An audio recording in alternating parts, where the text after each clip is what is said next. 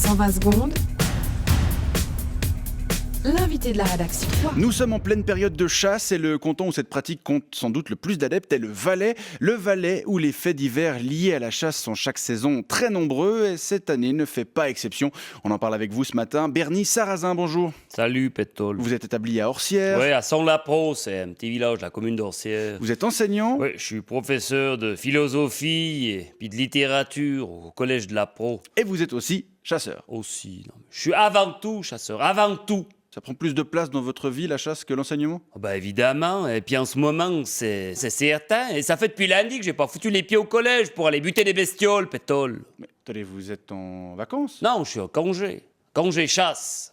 Ah oui, c'est vrai que le nouveau conseiller d'État en charge de la formation et de la sécurité a autorisé les enseignants à prendre jusqu'à 5 jours de congé non payés, on précise, pour aller chasser. Ah, il est bien, cet Oscar. Il a compris ce que c'est que les vraies valeurs. Et à l'époque de Claude Roch, on devait se porter pâle pour pouvoir aller bousiller du gibier. Et alors, vous avez été impliqué dans l'un des faits divers que je citais en introduction. En l'occurrence, il s'agissait d'une affaire de graffiti. Ouais, j'ai sprayé quelques rochers sur une clairière pour signifier que c'était chasse gardée, mais il y a le garde-chasse qui est venu me chercher des poux dans la tête.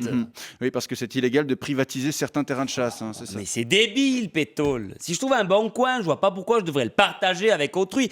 J'enseigne à mes élèves à longueur d'année que le partage, c'est un idéal qui fonctionne pas. Je vois pas pourquoi je devrais moi-même l'appliquer au quotidien. Non, mais ça n'a aucun sens. Parmi les autres faits divers, on peut citer ce cas de chasseurs qui ont tiré sur d'autres chasseurs. Oui, ça c'était pour leur signifier aussi qu'il fallait pas tant qu'ils viennent canarder dans la zone. C'est quand même plus simple de tirer un ou deux coups de fusil que de commencer à discutailler. Ouais.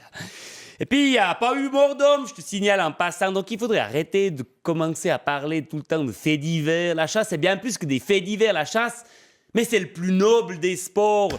Saint-Hubert nous protège. Alors, dites-nous 2 mots sur votre façon de le pratiquer. Alors, moi, je chasse essentiellement avec fusil à pompe. C'est un calibre 12. Je mets des munitions à grenaille dedans. Mais c'est illégal, non ? Tu arrêtes avec ce mot. Ben, moi, je chasse en Valais. En Valais, ça veut rien dire illégal. Et puis la grenaille, ce qui est cool, c'est que ça s'éparpille et ça permet de bien bousiller la bestiole, Pétole. Mais elle est immangeable après. Mais je chasse pas pour manger.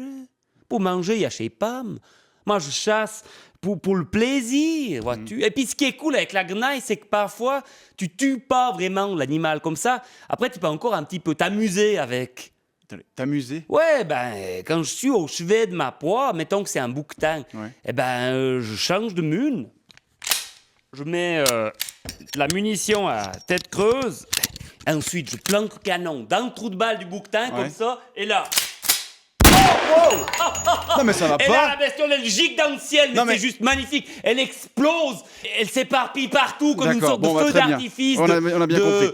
de chair et d'os, mais c'est juste splendide. Non, moi. En pointez plus, pas ça avec vers le moi, s'il vous fond plaît. de mélèze derrière, ça donne une carte postale tellement bucolique. Très mais bien. moi, je pourrais jamais me passer de ce rapport à la nature, Pétole. Très bien. Bernie Sarrazin, je rappelle que vous êtes professeur de philosophie et chasseur. Je vous remercie d'être venu nous parler ce matin de votre passion et je vous souhaite une bonne journée. Adieu, Pétole. 120 secondes avec les séjours linguistiques EF. EF.com